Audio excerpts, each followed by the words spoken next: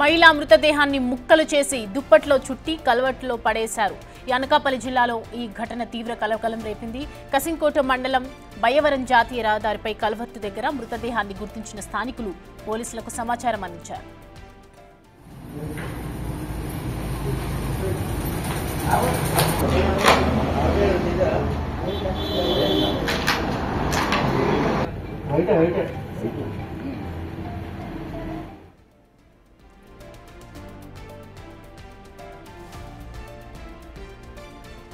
అనకాపల్లి జిల్లాలో ఒక ఘటన తీవ్ర కలకలం రేపుతోంది. ప్రస్తుతం మహిళ మృతదేహాన్ని ముక్కలు చేసి దుప్పట్లో చుట్టి కల్వర్ట్లో పడేశారు. దీనికి సంబంధించి పూర్తి డీటెయిల్స్ మా ప్రతినిధి రాజు అందిస్తారు. రాజు, అసలు ఆ మహిళ ఎవరు, మహిళని అలా ముక్కలు చేసి చుట్టి కల్వర్ట్లో పడేసింది ఎవరు అనే డీటెయిల్స్ ఏమైనా ఉన్నాయా?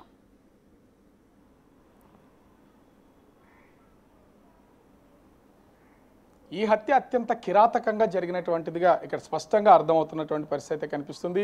ఉదయం దాదాపుగా 9 గంటల సమయం దాటిన తర్వాత అటు కసింకోట మండలం బయ్యవరం జాతీయ రహదారి కల్వర్ట్ కింద ఈ మృతదేహాన్ని అయితే ప్రస్తుతం స్థానికంగా ఉన్నటువంటి వాళ్ళు గుర్తించినటువంటి పరిస్థితి ఉంది. దుప్పట్లో చుట్టబడినటువంటి రక్తంతో ఉన్నటువంటి ఒక మూటను అక్కడ గుర్తించినటువంటి స్థానికులు వెంటనే పోలీసులకు అయితే సమాచారం ఇచ్చారు. కసింకోట పోలీసులు సంఘటనా స్థలానికి చేరుకుని ఆ మృతదేహాన్ని అంటే దుప్పటిని ఓపెన్ చేసి చూసేసరికి ఆ బెడ్షీట్లో ఒక మృతదేహం తల లేకుండా ఉన్నటువంటి పరిస్థితి అయితే ఉంది. వెంటనే క్లూస్ టీమ్స్కి అయితే సమాచారం అందించిన తర్వాత క్లూస్ టీమ్స్ వచ్చి మొత్తం అంతా ఆ బెడ్షీట్ని ఓపెన్ చేసి చూస్తే మహిళ మృతదేహంగా వాళ్ళైతే గుర్తించినటువంటి పరిస్థితి అయితే ఉంది.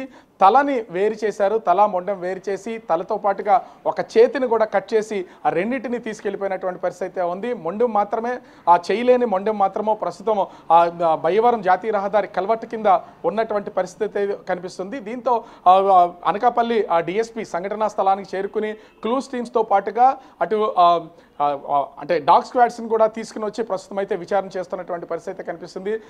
ఈ మహిళ మృతదేహం ఎవరు ఏంటనేది ఇప్పటివరకు తెలుస్తున్నటువంటి పరిస్థితి లేదు. ఎందుకంటే తల లేకపోవడం, ఒక చేయి లేకపోవడం, చేతి మీద కూడా ఖచ్చితంగా ఏదైనా గుర్తులు ఉండే అవకాశం ఉంటుంది. కుటుంబ సభ్యులు, బంధువులు, స్నేహితులు ఎవరన్నా గుర్తిస్తారని ఆ గుర్తులు ఉన్నటువంటి చేతిని కూడా కట్ చేసుకుని తీసుకువెళ్ళినటువంటి పరిస్థితి కనిపిస్తుంది.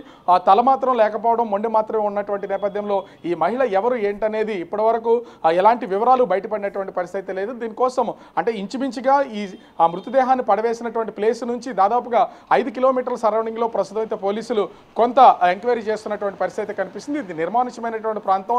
ఏ వెహికల్లో తీసుకొచ్చారు, ఏ సమయంలో తీసుకొచ్చి మృతదేహాన్ని కల్వర్ట్లో పడేశారనేది కూడా తెలుస్తున్నటువంటి పరిస్థితి లేదు. ఎందుకంటే జాతీయ రహదారి మీద నిలబడి చాలా ఈజీగా ఆ మృతదేహాన్ని అయితే కల్వర్ట్లో పడేయచ్చు, అంత స్పేస్ కూడా ఉన్నటువంటి పరిస్థితి కనిపిస్తుంది. అయితే ముఖ్యంగా చూస్తే ఇక్కడ ఆ జాతీయ రహదారి ఈ మృతదేహాన్ని పడేసినటువంటి సమీపంలో ఎక్కడా సీసీ కెమెరా లేకపోవడం, అదేవిధంగా టోల్ గేట్లు కూడా లేకపోవడంతో ఏ వాహనంలో తీసుకొచ్చారు, ఎవరు తీసుకొచ్చారు అనేది కూడా గుర్తించడం కొంత కష్టంగా మారినటువంటి పరిస్థితి కనిపిస్తుంది. ఇప్పటికే అటు అనకాపల్లి పోలీసులతో పాటుగా విశాఖ పోలీసులు, విజయనగరం పోలీసులకు సంబంధించి ఒక సమాచారం అయితే పాస్ చేసినటువంటి పరిస్థితి ఉంది. ఎటు నుంచి ఆయా పోలీస్ స్టేషన్లో మిస్సింగ్ కేసులు ఏమైనా నమోదై ఉంటే కనుక ఖచ్చితంగా దాని ద్వారా ఈ మహిళ మృతదేహాన్ని ఐడెంటిఫై చేసే అవకాశం అయితే ఉంటుంది. ప్రస్తుతం అనకాపల్లికి సంబంధించినటువంటి ప్రభుత్వ ఆసుపత్రికి పోస్ట్మార్టం నిమిత్తం అయితే మహిళ మృతదేహాన్ని అయితే పంపించినటువంటి పరిస్థితి ఉంది. అయితే ప్రస్తుతం ఆ మహిళ ఎవరు ఏంటనేది గుర్తింపు లేదు కాబట్టి, పంచనామా చేయడం కూడా కష్టం కాబట్టి ఆ మృతదేహానికి సంబంధించి పోస్ట్ మార్టం నిర్వహించే అవకాశం అయితే లేదు. కేసుకు సంబంధించినటువంటి పూర్తి స్థాయి దర్యాప్తు అయితే పోలీసులు చేస్తున్నటువంటి పరిస్థితి కనిపిస్తుంది. Soumya. Right Raju, thanks for the updates.